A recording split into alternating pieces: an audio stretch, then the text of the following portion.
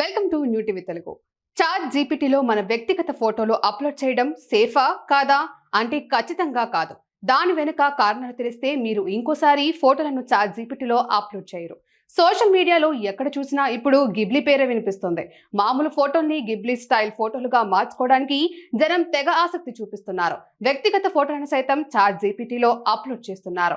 Ghibli style ఫోటోలు create అయిన తర్వాత వాటిని తమ సోషల్ మీడియా ఖాతాల్లో షేర్ చేసుకొని తెగ మురిసిపోతున్నారు. అయితే గిబ్లీ స్టైల్ ఫోటోల కోసం మన వ్యక్తిగత ఫోటోలను చాట్ జీపీటీకి ఇవ్వడం సురక్షితమేనా అన్న ప్రశ్న తలెత్తుతోంది. మనం గిబ్లీ స్టైల్ ఫోటోలు క్రియేట్ చేయించుకోవడానికి చాట్ జీపీటీలో మన వ్యక్తిగత ఫోటోలు అప్లోడ్ చేస్తాం. అది మీ ఫోటోల్ని యానిమే ఫోటోలుగా మార్చేస్తుంది. ఇంతవరకు బాగానే ఉంది, కానీ అప్లోడ్ చేసిన ఫోటోల సంగతి ఏంటి?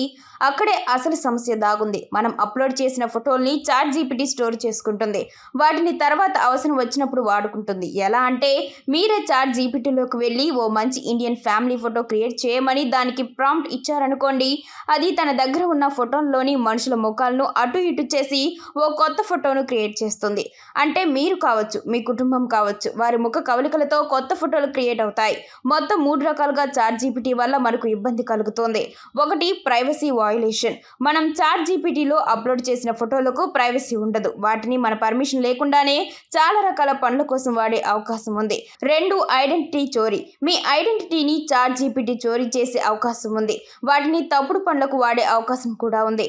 3, డేటా సెక్యూరిటీ. మనం చాట్ జీపీటీకి అందించే డేటాకు ఎటువంటి భద్రత ఉండదు. హ్యాకింగ్కు గురయ్యే అవకాశం ఉంది.